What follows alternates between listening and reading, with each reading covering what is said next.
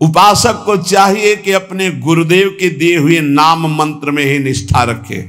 स्वप्न में क्या, जागृत में आके ब्रह्मा भी उपदेश कर दें तो अपने गुरु के वचनों को नहीं टाल सकते, तभी उपासक आगे बढ़ता है। नहीं माया रौंद देगी, चल के देख ले कोई। अगर गुरु के वचनों में विश्वास हो तो बिना नाम के भी कल्याण हो जाता है, ऐसे साधारण बोल देने पर। एक सीधा साधा गांव का भगत कभी कथा नहीं सुनता था, गाय चराता था गांव की। तो एक दिन और गोपाल जो गाय चराने वाले थे, उन्होंने कहा यार कभी तो कथा सुन लो, रात दिन पशुओं के पीछे घूमते हो, पशु बुद्धि, कभी तो कथा सुन लो। तो एक दिन सोचा दोपहर के भोजन गांव में पाएंगे जाके अपने घर में, और कथा हो रही वहीं से निकल लेंगे, जो सुन लेंगे तो सुन लेंगे। खड़े खड़े वहां चर्चा चल रही थी, जिसने मनुष्य जन्म लेकर के गुरु मंत्र नहीं लिया और नाम जब भगवान का नहीं किया, उसका जीवन मुर्दा, व्यर्थ जीवन। चला गया सुन के, और बार बार वही दिमाग में कि पंडित जी कह रहे थे गुरु मंत्र नहीं लिया और नाम जप नहीं किया तो मुर्दा जीवन। जिन हरि भगत हृदय नहीं आनी, जीवित सौ समानते प्राणी। दूसरे दिन फिर गया, कहा पंडित जी आपने कल कथा में कहा था गुरु मंत्र ले लेना चाहिए, नहीं तो जीवन मुर्दा हो जाता है, बेकार जीवन रहता है। तो देव गुरु मंत्र आप, और तो हम किसी को जानते नहीं। देखा फटा पुराना कपड़ा, डंडा लिए एक चरवाहा। उनका ऐसे थोड़ी कि तुरंत गुरु मंत्र दे दिया जाता है, आखिरी दिन कथा के मिलना फिर दे देंगे, टाल दिया। अब वो आखिरी दिन कथा के तो दिन चढ़ावा चढ़ रहा था, तो पंडित जी ने कहा जब चलें तब ले लेना गुरु मंत्र, टाल दिया। अब वो जब आखिरी दिन के बाद हो, तो उस समय घोड़े पे बैठ सब सामान लाद के पंडित जी चलते थे, वो तो सब सामान लाद के चलने लगे हो। तो पीछे पंडित जी आप जो कह रहे थे कि गुरु मंत्र देंगे, आप गुरु मंत्र दे दीजिए। पंडित जी रबड़ी पवाई गई थी, घोड़े से उतरे, घोड़ा एक भगत के यहाँ खड़ा किया और लोटा लिया और भागे, क्योंकि सोच लगी थी। अब वो भगत किसान आदमी, गांव का गंवार आदमी पीछे लगे, पंडित जी अरे गुरु मंत्र दे दो, कितने दिन से टहला रहे हो आप। अरे उनका यार मतलब सोच का पेशा, तू गुरु मंत्र की बात कर। अब वो पीछे लगा कि अब हम नहीं जाने वाले, आपने सब सामान लाद ली थी, भगवान की कृपा कहो कि आपको सोच लगी आई, नहीं तो आप हमको तो गुरु मंत्र ही नहीं देते, हम आपको नाम पर विश्वास की बात। पंडित जी तो दत्त गपोचन, जय गुरुदेव की जय गुरु। वो दबकाए है दत्त गपोचन, एकदम मूर्ख आदमी, तो सोच तो। वो प्रणाम कर लिया, जय गुरुदेव, दत्त गपोचन दत्त गपोचन। जपना न राधा न कृष्ण न राम न हरि। घर आया, बोले आज से गाय चराना बंद। बोले क्यों? बोले गुरु मंत्र मिल गया, अब हम भजन करेंगे, हमारा जीवन मुर्दा नहीं रहेगा, अब जीवन सार्थक रहेगा। और मेहनत करने वाला आदमी, गाय चराने वाला आदमी, अब शुरू हो गया बैठ के धत गपोचन धत गपोचन। अब इसमें न कोई भगवान नाम है, न कोई मंत्र है, न प्रणव है, न नमो नमः, कुछ नहीं। गांव के लोग, घर के लोग बोले कि यार 50 गाय चराता था, पता नहीं कौन सा हम लोगों का पाप उदय हुआ कि कह दिया कि कथा सुन लेना। अब वो गाय चराना भी छोड़ दिया, गपोचन शुरू हो गया। अब उसकी ऐसी लगन लगी, सहज सरल भोले जो होते हैं ना, हरिवंश महाप्रभु कह रहे हैं, मुनि मन ध्यान धरत नहीं पावत, करत विनोद संग बालक भट, दास अनन्य भजन रस कारण, जैसे हित हरिवंश प्रगट लीलान। लालजू महाराज बड़े बड़े मुनियों के ध्यान में नहीं आने वाले, बड़े विनोदी। रुक्मिणी जी से कहा तैयार हो, भगत के दर्शन करने चलना है। रुक्मिणी जी ने कहा बहुत दिनों बाद आज आपको किसी भक्त की याद आई, प्रभु जरूर कोई महाभागवत होगा, हम चलते हैं। बोले बहुत विचित्र महाभागवत, चले, साधारण वेश में चलना है। जब गांव में गए, उस भगवान तो सर्वज्ञ ही है, उसके घर के दरवाजे में बैठ गए और रुक्मिणी जी से कहा कि पहले तुम मिल के आओ भगत के, फिर हम मिलेंगे। रुक्मिणी जी ने कहा हाँ ये उत्तम बात है, पहले हम उनको दर्शन दे के और दर्शन करके आती है। तो आंख मूंदे ऐसे, न खाना न पीना, धद गपोचन। रुक्मिणी जी ने कहा ये कौन सा नाम भगवान का, न विष्णु शास्त्र नाम में है, न गोपाल शास्त्र नाम में है, और कहीं हमने पढ़ा नहीं, ये कौन सा भजन कर रहा है। कहे किसका भजन कर रहे हो, चुप रहा। फिर किसका भजन कर, 2-3 बार तो गुस्सा के आंख खोला, देखा कोई स्त्री, तो बोले तुम्हारे खसम का भजन कर रहे हैं, और किसका कर रहे हैं। वो रुक्मिणी जी आ गई, बोले बहुत जानकार भगत है प्रभु द्वारिकाधीश से कहा बहुत जानकार भगत है। बोले क्यों, बोले हमने कहा कि किसका भजन कर रहे हो, देखो हम इतना छुप के गई थी लेकिन वो पहचान गए, वो कह रहे तुम्हारे खसम का भजन कर रहे थे। अब भगवान ने कहा हाँ तभी तो हम आए भगत जोड़ कर। बोले प्रभु आप दर्शन बाद में करना, जाके पहले हमारा प्रश्न बता, प्रश्न का उत्तर दे दो कि आपके विष्णु शास्त्र नाम, गोपाल शास्त्र नाम, बहुत से नाम हैं, ये नाम तो हमने कभी नहीं सुना। भगवान ने कहा ये नाम हमको तो बहुत प्यारा है। बोले आपको कब, मतलब ये कब कैसे नाम रखा गया। बोले बहुत प्यारा है, हमारा ब्रज का रखा हुआ नाम है, ब्रज में मैया ने रखा था।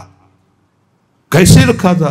बोले एक दिन मैं माखन चोरी कर रहा था, सखा के कांधे पर खड़ा हुआ, ऊपर माट में हाथ डालकर मक्खन पूरा ऐसे खाता जाता, सखा को पवाता जाता।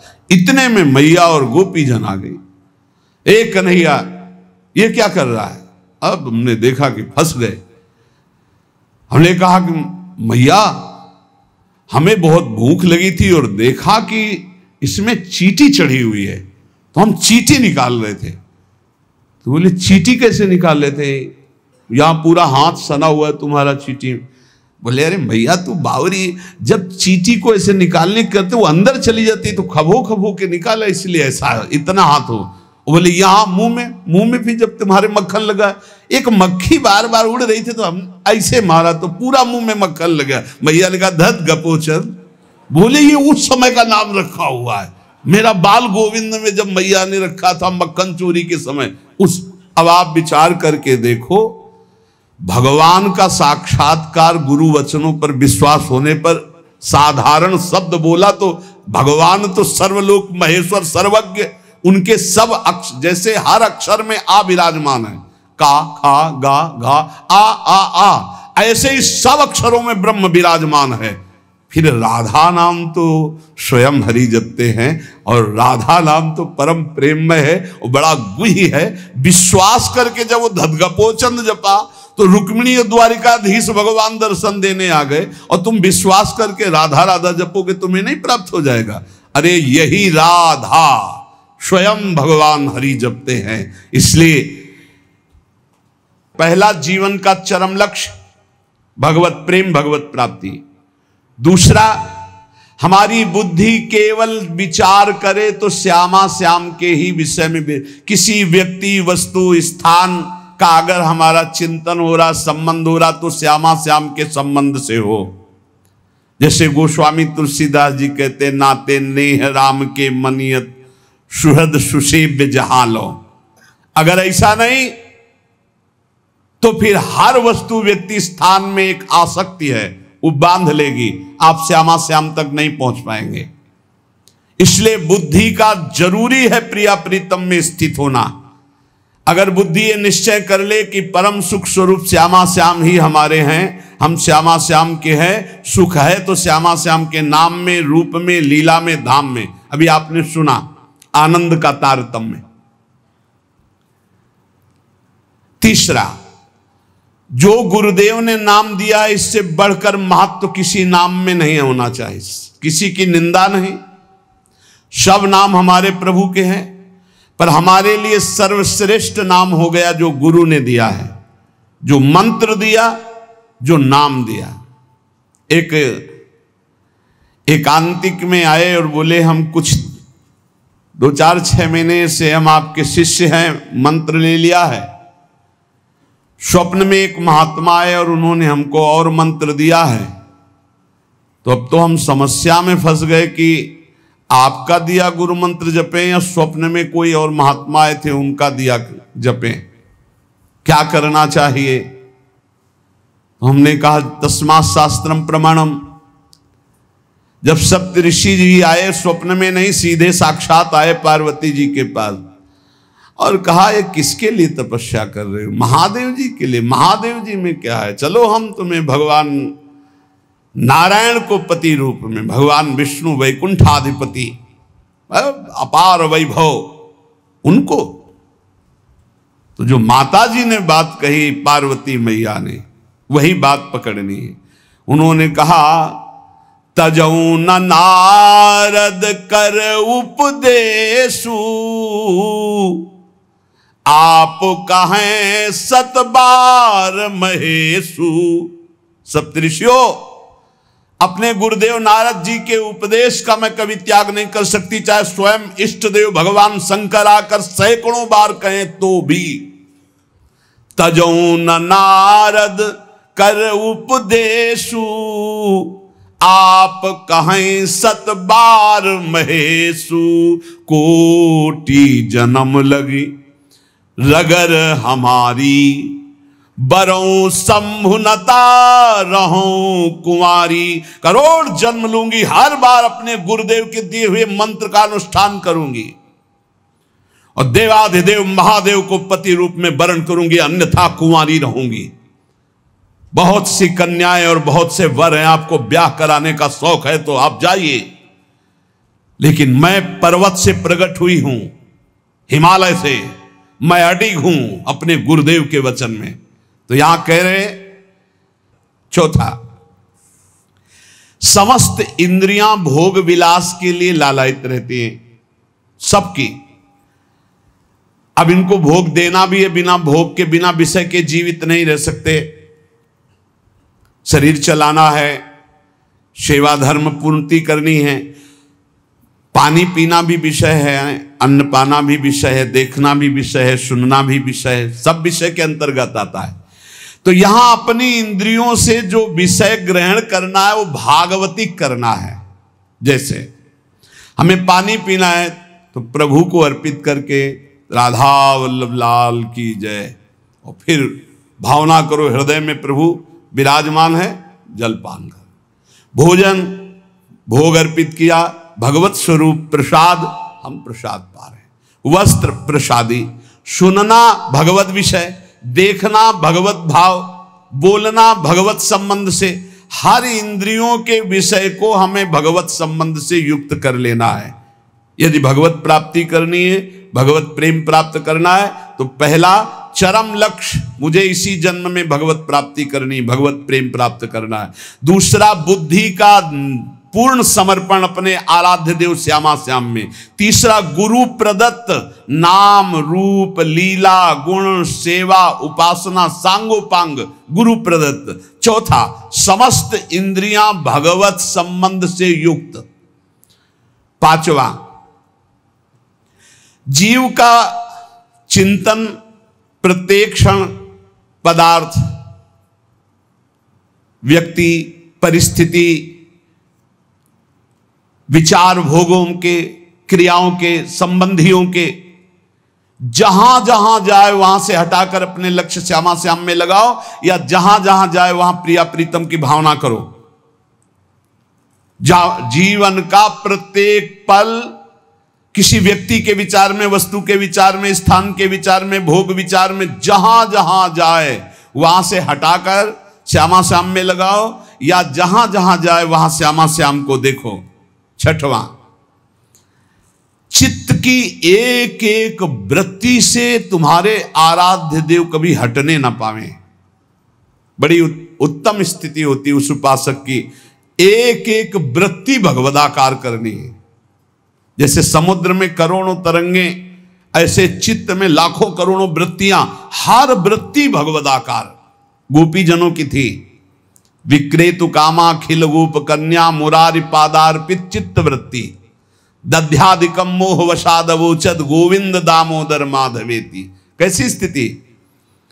बोले बेचने जा रहे हैं दही, पर चित्त की वृत्ति में गोविंद बसे, मुरारी बसे, तो वो कैसे पुकार रही? कोई गोविंद ले ले, कोई दामोदर ले ले, कोई माधव ले ले। तो ब्रजवासी जन कहते हैं बावरी क्या बेच रही? तब शुद्ध आती, अच्छा नहीं तो बोल रही कोई गोविंद ले ले, कोई दामोदर ले ले, कोई माधव ले ले। विक्रेत कामा खिल गोप कन्या मुरारी पादार्पित चित्त वृत्ति दध्यादिकम।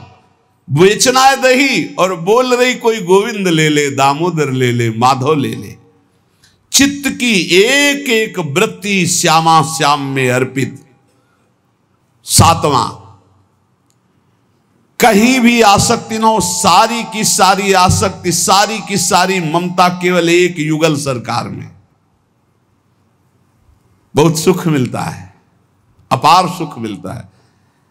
जिससे प्यार होता है, अपनापन होता है, उसकी बात सुनने में सुख मिलता है। अरे वो दिशा अच्छी लगती है, वो दिशा अच्छी लगती है। जिधर अपना प्यारा बसता है ना, वो दिशा अच्छी लगती है। उधर से आई हुई वायु ऐसा लगता है प्यारे का आलिंगन हो रहा है। अभी वो प्रेम जागृत नहीं हुआ, इसलिए उस एरिया को कोई आ जाए, अच्छा आप उधर से आए, जहां अपना प्यारा बसता है उस क्षेत्र का कोई आ जाए तो ऐसा लगता है प्यारा मिल गया।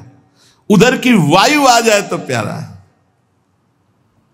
जहां प्रीतम जी देश की प्यारी लागे पौन, जिधर प्रीतम बसते उधर से यस्या कदापि वसनांचल खेलनोत।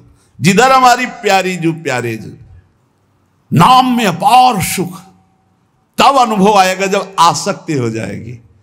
अभी आसक्ति अन्यत्र है, नाम में आसक्ति तो है नहीं। तो एक उपासक, ये मुझे नाम जपने में श्रद्धा नहीं हो रही, बिल्कुल ना हो, आप चिंता मत करो। भाव शब्द समझिए, कुभाव अनख आलसहु, नाम जपत मंगल दिशि दसहु। भाव से जपो, कुभाव से जपो, मन लगे या ना लगे तुम्हें फल मिलेगा, पक्का मिलेगा, मंगल दसों दिशाओं में होगा। विश्वास करके जपो तो, और एक दिन जब स्वाद लग जाएगा तब आप भी ऐसे ही बोलोगे जैसे बड़े बड़े संत महापुरुष बोलते हैं, नाम जीवन, नाम सर्वस्व, नाम ही हमारा प्राण धन। आठवां, जीवन में राग द्वेष न रह जाए। बड़ा खतरनाक है ये राग द्वेष।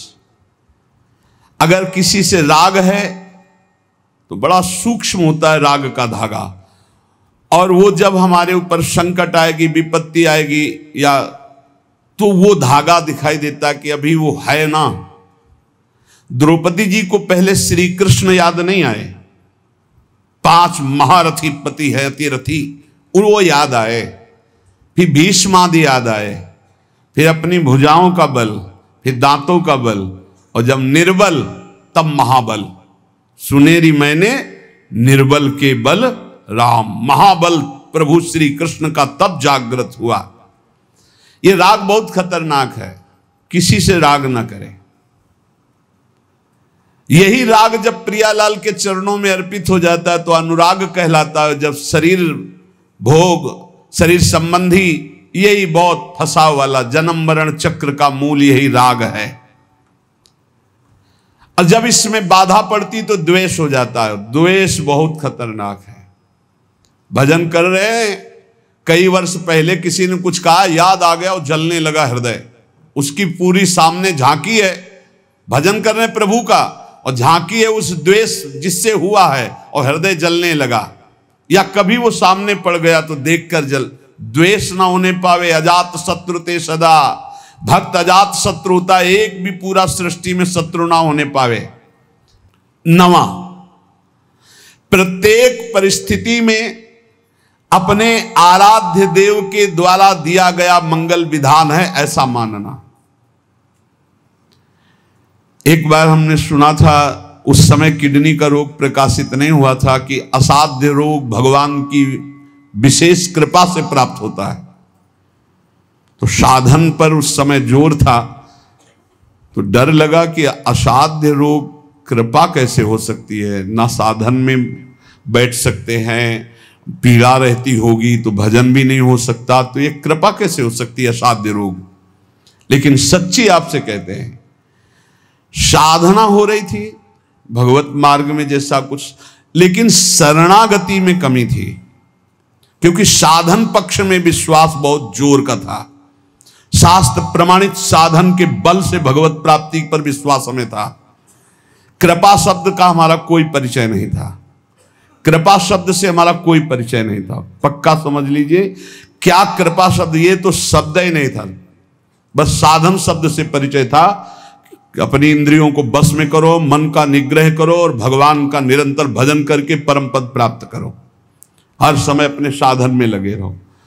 जब किडनी फेल हुई, साधन शब्द हटा, अब हाहाकार मच गया अहंकार में। अब क्या? फिर जो अहंकार शरणागत हुआ, फिर बात बन गई जो करोड़ों जन्मों की साधना से नहीं बनती, वो इस असाध्य रोग ने काम बना दिया। कह रहे हैं कि प्रत्येक परिस्थिति में पूर्ण कृपा, पूर्ण मंगल विधान देखना, ये नवा सूत्र है। जैसी भी परिस्थिति आवे, चाहे जितना विकराल रूप लेकर के आ जाए परिस्थिति, कृपा ही कृपा, कृपा ही कृपा सच्ची मानना, परिणाम में देखना बड़ा मंगल और बड़ी कृपा होगी। 10वां, प्रेम प्राप्ति के मार्ग के पथिक का जीवन बड़ा विनयमय, बड़ा विनम्र, बड़ा संयमी, सदाचारपूर्ण, त्यागमय और शांत सुख स्वरूप, प्रेमी महात्मा का ये स्वरूप। बड़ा विनम्र जीवन, बड़ा विनयमय जीवन, बड़ा संयमित जीवन, सदाचारपूर्ण और त्याग रूप। त्याग की चेष्टा नहीं, वो त्याग रूप ही है। प्रभु के सिवा उसे कुछ अच्छा नहीं लगता। कुटुंब देहते जाए छूट सब ही विधि ना तो। और अद्भुत शांति, अद्भुत शांति, कोई भी द्वंद आ जाए उसे अशांत नहीं कर सकता। 11वां, श्री राधा माधव के नित्य नूतन परमानंद प्रदान करने वाले पदों का गायन, उनकी सेवा, उनके प्रेमी जनों के दर्शन संभाषण, तब ऐसे प्रेमानंद की तरंगे हृदय में उछलती रहती है जिससे लीला रस में उसका प्रवेश हो जाता है, तब उसका लीला रस में प्रवेश हो जाता है। इसलिए अपने जीवन को महाप्रेम में बनाने के लिए जो आप सत्संग में श्रवण करते हैं, ये बड़े सौभाग्य से श्रवण कथन का हमें प्रभु ने अवसर दिया है। हम इसे व्यर्थ न जाने दें, बार बार मनन करो। देखो भगवान की इतनी कृपा हो गई, ये यंत्र मोबाइल आदि जो है, अगर इनका सही प्रयोग करें तो ये बहुत सहायक है। एक बार सत्संग हो गया, जो पकड़ पाए नहीं, हम 10 बार सुनेंगे तब तो हम पकड़ लेंगे न, तो 10 बार कैसे सुनते? अगर ये मोबाइल ना होते, ये यंत्र ना होते तो हम कैसे सुनते? बड़ी कृपा भगवान ने की। जैसे जैसे कलयुग हमारी स्मृति का अपहरण कर रहा है, तो भगवान के द्वारा प्रेरित होकर विज्ञान भी वैसी सहायता कर रहा है कि एक बार का सत्संग हमें पकड़ में नहीं आया तो हम 10 बार मोबाइल से सुन सकते हैं। बस हर चीज में गुण दोष है, तो मोबाइल के दोष को स्वीकार न करें। प्रपंच देखना, गंदी बातें देखना सुनना अगर शुरू कर दो तो दिन भर ही उसी में लग जाएगा। मतलब की बात देखो, संत महापुरुषों के सत्संग को सुनो और उसका मनन करो, उसको अपने आचरण में उतारो और एक क्षण भी नाम से विलग न रहो, जीवन का परम लाभ। शेष चर्चा आगे। श्री राधा वल्लभ लाल की।